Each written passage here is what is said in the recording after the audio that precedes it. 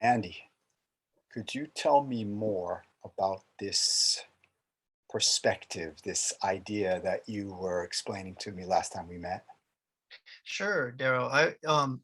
I guess like I know that I contacted you and some other people too because I just have this sort of strong urge to share this because I've been working on this working with this, I guess I would say, for a while now, but not a long time, not at all. I'm it's sort of kind of amorphous, it evolves. So it might be Hmm. 6 weeks, it might be 3 weeks, or it might be that it was started out kind of slowly 6 weeks ago, and then it sort of really intensified Hmm. maybe 3 weeks ago or so. Hmm. But I knew that it was really working for me. And that's something that I really needed to be sure of because I've had times in the past when I felt like something was really going well, and then something would bring me down, and I would think, well, I was kind of, I don't want to say I was just fooling myself, but I might have been like overstating the amount of actual progress that I Hmm. had made. Hmm. Hmm. Um, but no, I mean, and even that, even with 6 weeks, that's not a long time, but still, it's enough for me to feel that the kind of the observations that I've made and put into practice, they do work. And Hmm. but at the same time, it Great. was all kind of happening um, pretty much just personally. And so I like to talk, I like to share ideas. I'm a teacher, as are you, but I wasn't Hmm. sure exactly how well I could um, convey it to someone else. And I'm still actually not sure because I Hmm. didn't haven't had that many opportunities. Hmm. Really nothing other than some chatting that I've done and then the conversation that we had. All right. But it was important to me, because I thought, well, I want people to be happy, and I want my friends to be happy, and I don't want to be, hanging on to something because I'm so afraid that I'm not going to be able to present it well. I figured, what, why not just go ahead and do it, and then if they don't get it, they don't lose anything. But if they do get it, then they get something, maybe get something really nice out of it, which is how it's been for me. So I started to feel that I just part of this progress that I feel that I am making is sharing it.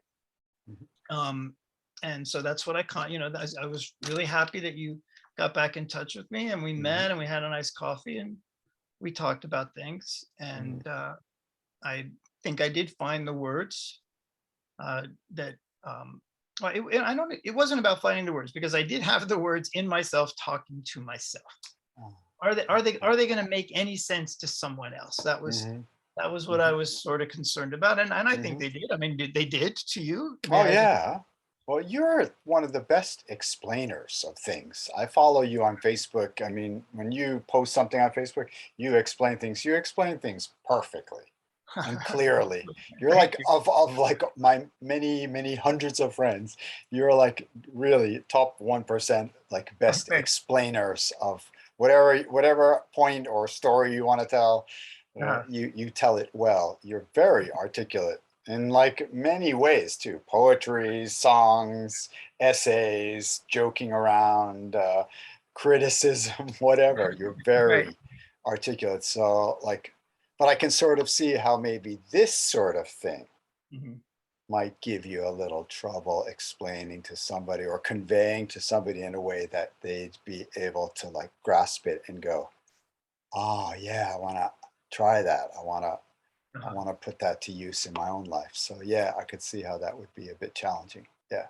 Right. Yeah. Thanks. I appreciate that because it is. You're right. I mean, it's sort of specific, and it's not like most of the times when I communicate, or when most people do. We're exchanging ideas, and people can take what they will from it. And I guess this is not that different from that. But on the other hand, this is uh, well, as I said, this comes from the desire for people to be happier, Hmm. um, because we want to live in a better world, and we want to kind of make more sense out of this crazy world, and we're at a time when it seems like a lot of things are just sort of kind of falling apart, and at the same time, I don't think that most people have strong ideas that they can be a lot happier now, or sorry, they can be a lot happier, say, a month from now than they are right now, or Hmm. maybe even a year from now Mhm. than they are right now. Mhm. I don't think that most people in general aren't kind of sort of willing to go that far and say, well, who knows? Maybe a year from now, maybe I'll just be really happy. And maybe it won't be anything like it is now. And maybe that'll start even like a couple of months from now. And I think that most people would think that, well, I could do that if I make a lot of money or something, or if I move to the beach, I get enough money to quit my job and move to the beach. Yeah, sure, then I'll be happy. Mhm. But I'm not talking about that at all. Mm. And I have no opinion on whether or not that's actually going to work, right? Because I think you're going to take yourself with you wherever you go, right? Oh, interesting. Yeah. So Mhm.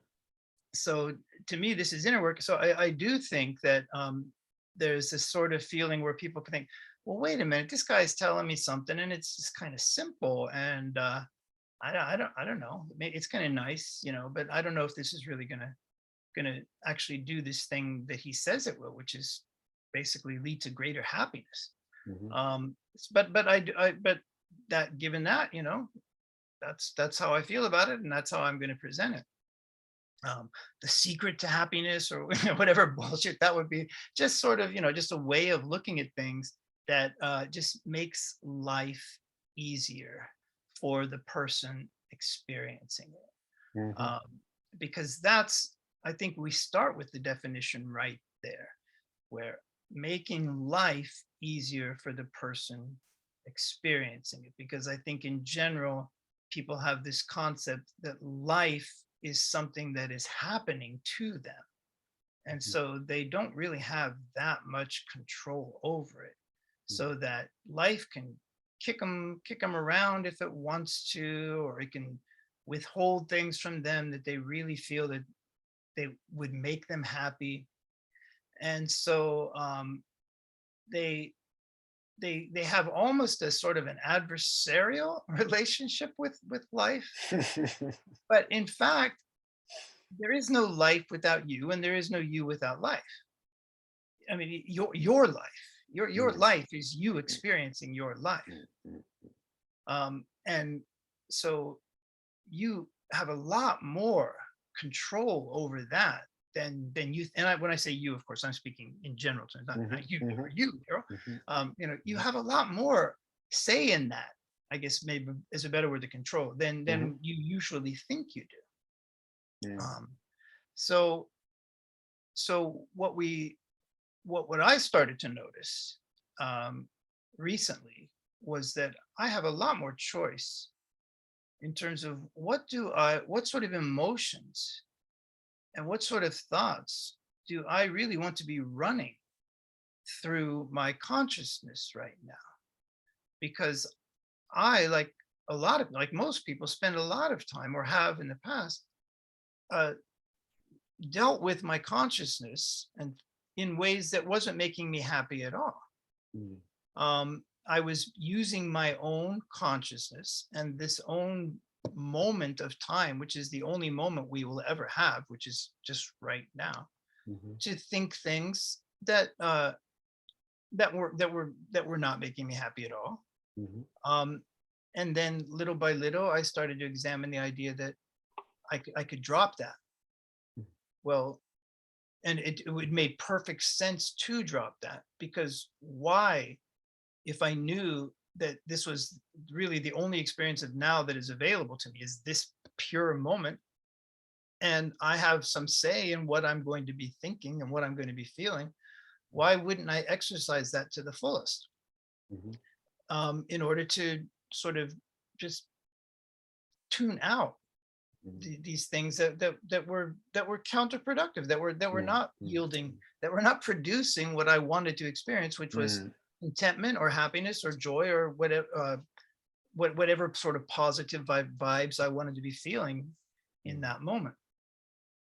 Um, and as I told you, I feel like I'm pretty lucky, because I was able to kind of clearly delineate a sort of zone in my head, Mm. where all of those sort of that negativity was sort of coalescing. Mhm. And I don't know if that's available to, I think it probably is at some point. I don't know if it's as obvious to everyone as it is to me. Mm, And I don't mm, know if it can become more obvious with practice, mhm, but I suspect that it can. Um, that whenever you're thinking something negative, you're also thinking other things as well. I mhm, mean, it might be something as simple as is there still some tomato juice in the refrigerator, or something like that.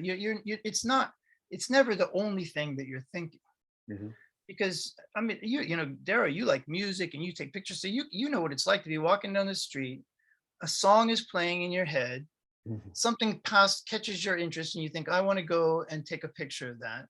And mhm. if you really counted it out, you might be thinking five or six thoughts at the same time, right? Right? Yeah, That's what the brain does. makes perfect sense. Yeah. It's never thinking just one thing.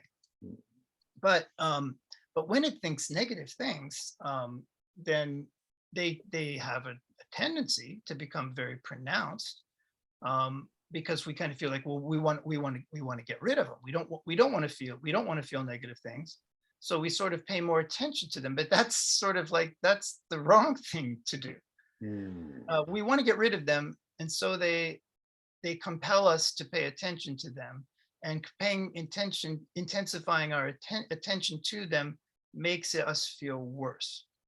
mm, And the only real reason that I can think that we would possibly do that is, sort of as a voluntarily, if we understood that we had a choice, mm, is because they fool us into thinking, these negative thoughts fool us into thinking that if we pay enough attention to them, we will figure out a way to not feel them anymore. Either we'll get a mm. solution to them, or we'll kind of talk ourselves out of them by saying, okay, well, yeah, I don't really have to feel as jealous of that person as I do right now. I'm a good person too. Mhm, And mm, we're kind of talking to ourselves, and we tell ourselves, well, that's how I'm going to do it. That's how I can stop feeling bad right now.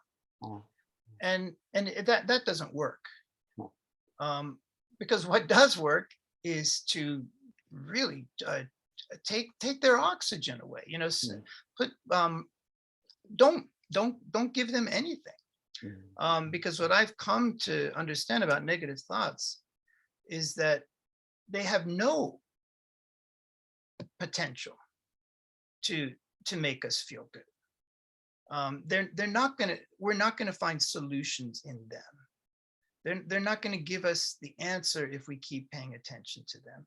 They're not going to tell us how to stop feeling them, the negativity. So they're really not offering us anything. They're there, they're ours, we're thinking them, but they're not doing anything productive for us, and so they don't really deserve our attention. Well, just sorry, it just occurred to me. I mean, it Uh, seems to me in the past, uh, like I heard like another school of thinking that says, you can't like bury these negative things and get rid of them because they'll keep coming back. You have to deal with them. Like I think a lot of people probably allow those negative things in because they've also like heard that many times or read it and just like right. been Yeah. taught it. Uh, Like I don't know, like I'm not a psychology uh, student really. I took a few classes at uh, university, but not right. much. So I'm Uh, not articulate enough right. to say what I should be saying. But Uh, no, um, no, but I completely understand what you're saying. like Um, what I'm talking about. Like you know what there's a you're talking whole about. like way of thinking that these negative thoughts, they're not a mistake. They're like there's something that is like asking you to deal with it. Like, and Right. if you push it down or push it away, you're avoiding, you might be avoiding it temporarily, but it's Right. gonna come back and haunt you and it's gonna get worse. Like I just sort of Sure. like don't know why I know that, but I've certainly learned Uh-huh. that through Yeah. whatever reading I've done, probably. Yeah. Uh-huh. Well, I Um, think because I always like to kind of square the circle, and I think that there's a way to say, well, both things can be true at the same time. And so what I would say is that because what you're describing Some people would call it like kind of they would call that shadow work, right? And you don't want to repress the shadow. Okay, Um, you know the right words. well, yeah, I mean Repress the shadow. Okay, it's there's other ways to look at it cheers. too, but that's the Jungian, the Carl Jung ways that we all have the shadow, and if you try to repress the shadow, it's going to just come back. It's going to come back worse. You have to deal with it. Da da da da da. And I'm not saying that's wrong, but what I would say is that actually that doing shadow work itself is itself an enjoyable process. So, so you're if you're sort of just wallowing in the shadow, then of course you're going to be miserable. But if you're telling yourself, no, I'm doing shadow work now, I'm doing something good for myself. I'm exploring this in order to become stronger and happier. Then that can easily become, and I think it logically would become, an enjoyable experience. And then as soon as you start to notice that you're enjoying it, then you want to just kind of just feed that. Oh, it's kind of fun to do this shadow work. It's kind of fun to explore the fact that maybe some very bad things happened when I was a child, and I still suffer from kind of like feeling very insecure and stuff. But Mhm, you're just by doing that, you're saying, okay, well, what am I doing right now? I'm doing something creative. mhm, I'm doing shadow work, and this shadow work is helping me to understand myself better, and I'm learning about myself, mhm, and I'm getting happier. And so then it's not a negative thing. mhm, You're mhm, mhm. basically transmuting the negative Okay. into the positive. Mhm, So mhm, I'm all mhm. for that, Okay. but I'm also all for sometimes just not. It doesn't deserve your attention, and it doesn't require your attention. And if you've got better ways to spend that exact moment in time, better parts of your own brain to Could live you in. could you give sorry, interrupt you. Could you give us an example? I'm really curious. Like I want to see like what you're actually talking about. Like Okay, all what right, would be a thought that would like invade your okay. Well, mind and sort of first take of all, let over? me Yeah. Mm, let me segue into that by giving the metaphor that I gave to you when we were having coffee together, because I like to mhm. work with metaphors a lot. Okay. With my students and stuff, I do. Yeah, go ahead, please. So basically, typically when a person walks in, especially like in Japan, we usually there's a station that we use a lot, and so we sort of walk down a street, and maybe we don't live close to the station, so maybe as we kind of turn onto the main street that leads to the station, and maybe we walk on that street for 3 minutes or 2 minutes or whatever. Mhm, Um, that is my experience. That's pretty much always been my experience, all the different places that I've lived in Tokyo. mhm, And I'm going to assume that even if it isn't yours now, it has been in the past. mhm, mhm, So on this main street that you're walking to, mhm, um, you're probably not paying that much attention to like every store as they line up on both sides of the street. mhm, There are some that they catch your eye, and maybe they look like they serve really good coffee, or maybe they've got a nice store display, and you look and you think, oh, well, those shoes look pretty good. I'll go in there and see what they have. But mhm, then there's other places that you almost pay like zero attention to, even though you walk by them every day. mhm, Um, you don't, if like somebody asks you like, well, what are some of the stores on your street, and you could maybe name about half or less than half of them. mhm, um, mhm, and yeah, I mean, they stay in business, so somebody's using them, they mean mhm, something to somebody, but they mhm, probably mean almost nothing to you.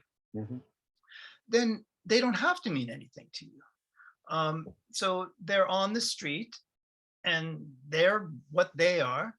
But if they're of no use to you, you don't lose anything. Your neighborhood is still your neighborhood. Your station, you're still getting to the station, and you're just simply not paying any attention at all to like 2/3 of the stores that you walk by mhm, as you make your way. And to me, that's a great metaphor for our consciousness, because we've got all kinds of stuff going mhm, on here, mhm, but not all of it deserves our attention. Not all of it should get our business, in mhm, using the metaphor. mhm, Not all of it has stuff that we would really be interested in. We're fine just to walk right by it. mm, mm, And mm, mm, so that's our choice. We're not under any obligation to find every little nook and cranny of our own brains, especially if doing that makes us unhappy. Mm. Um, it's my street, my station. I'm gonna walk it my way, and I'm gonna notice what I notice. And if if something gives me a bad vibe, if it really looks like a boring, if it's a pachinko place, which I would avoid like the plague, I'm gonna avoid it like the plague. I don't, it's on my street. It's on my street, but that doesn't mean I have to go into it. Mhm. Um, so is that metaphor pretty clear in terms of what our own consciousness is I like? love it. It's spot on. Yeah, it's Yeah. really helping me visualize your idea. Uh-huh. Sorry I interrupted you Oh before, but no, no, I not at still all. want like an example Sure. of Yeah. how you say no to Okay. a thought that comes in that you don't want to deal with. Okay. Um, So I'll give an example, and this will be a good example because it happened just today. okay. So I wrote something on Facebook, and sometimes I write things on Facebook where I am kind of looking to maybe generate a little bit of not really controversy, but discussion, so people can disagree with me and stuff. But the one that I wrote, and I'm not, it's not important what I wrote about, but I just felt it was sort of just nice, and it made, I wanted them, thought other people might like it and they would feel happy, and some people did, and they gave the little hearts and stuff. But if somebody else, for some reason, they wanted to find an issue with it, and they wanted to kind of rain on the parade of what I wrote. They just, I was trying to write a really happy post that I didn't think it was going to, it wasn't meant to provoke anybody's, disagreement. Um, and it wasn't that kind of post. It was more like a post that, well, if you don't feel that way, then, don't try to be a bummer on this post, because this is a post kind of, it's about love and light, right? It's about forgiveness was what it was. Mhm. And so I went outside, and it was just bugging me, you know, and I kind of and I thought, well, like like the old me, like maybe let's say a year ago me would have thought, wow, how no good deed goes unpunished. Here I was trying to write something really nice on the internet, and somebody just comes along and they crap on it, and now I have to feel bad. I wanted to feel good, and I wanted to make other people feel good, and now I have to feel bad because this person said something hurtful to me. And then I thought, no, the new me, no, no, I don't. That really doesn't make any sense at all. I don't have to feel anything at all about what that person wrote. I can just decide that that's not worth it.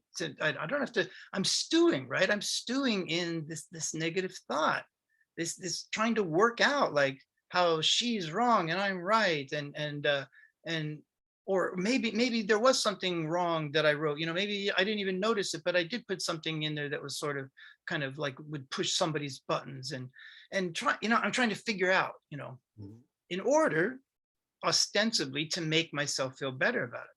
But Mhm. I don't have to do that. I can just feel better by not thinking about it. Instead of trying to think it through to feeling better, I'm going to Mm. feel better by not giving it the attention that it doesn't deserve. And Not so giving it the the attention that attention it that it doesn't does deserve. not Okay. deserve. Yeah. That So point, I just want to make that point clear in this little talk we're having is uh, what exactly are you doing when those thoughts come in and demand your attention? What is the actual process that you're using to keep them out? Keep them right, out and then move on to stuff that does make you happy. That does, perfect. yeah. Great, Mm. because this comes back to what I was telling you when we were talking, is that I've like I said, I've located it.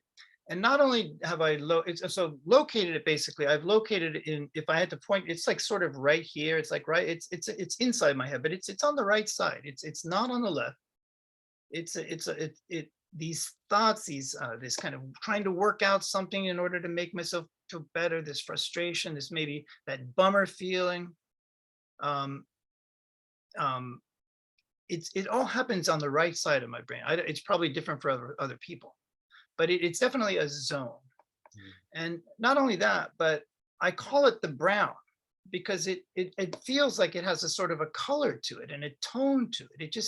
It it feels brown. It feels like this sort of brown energy where all of those thoughts collect. And and nothing good ever goes on there. Mm, That bad things go on mhm, there. That's where negativity sort of just grows there. mhm, And but it's only part.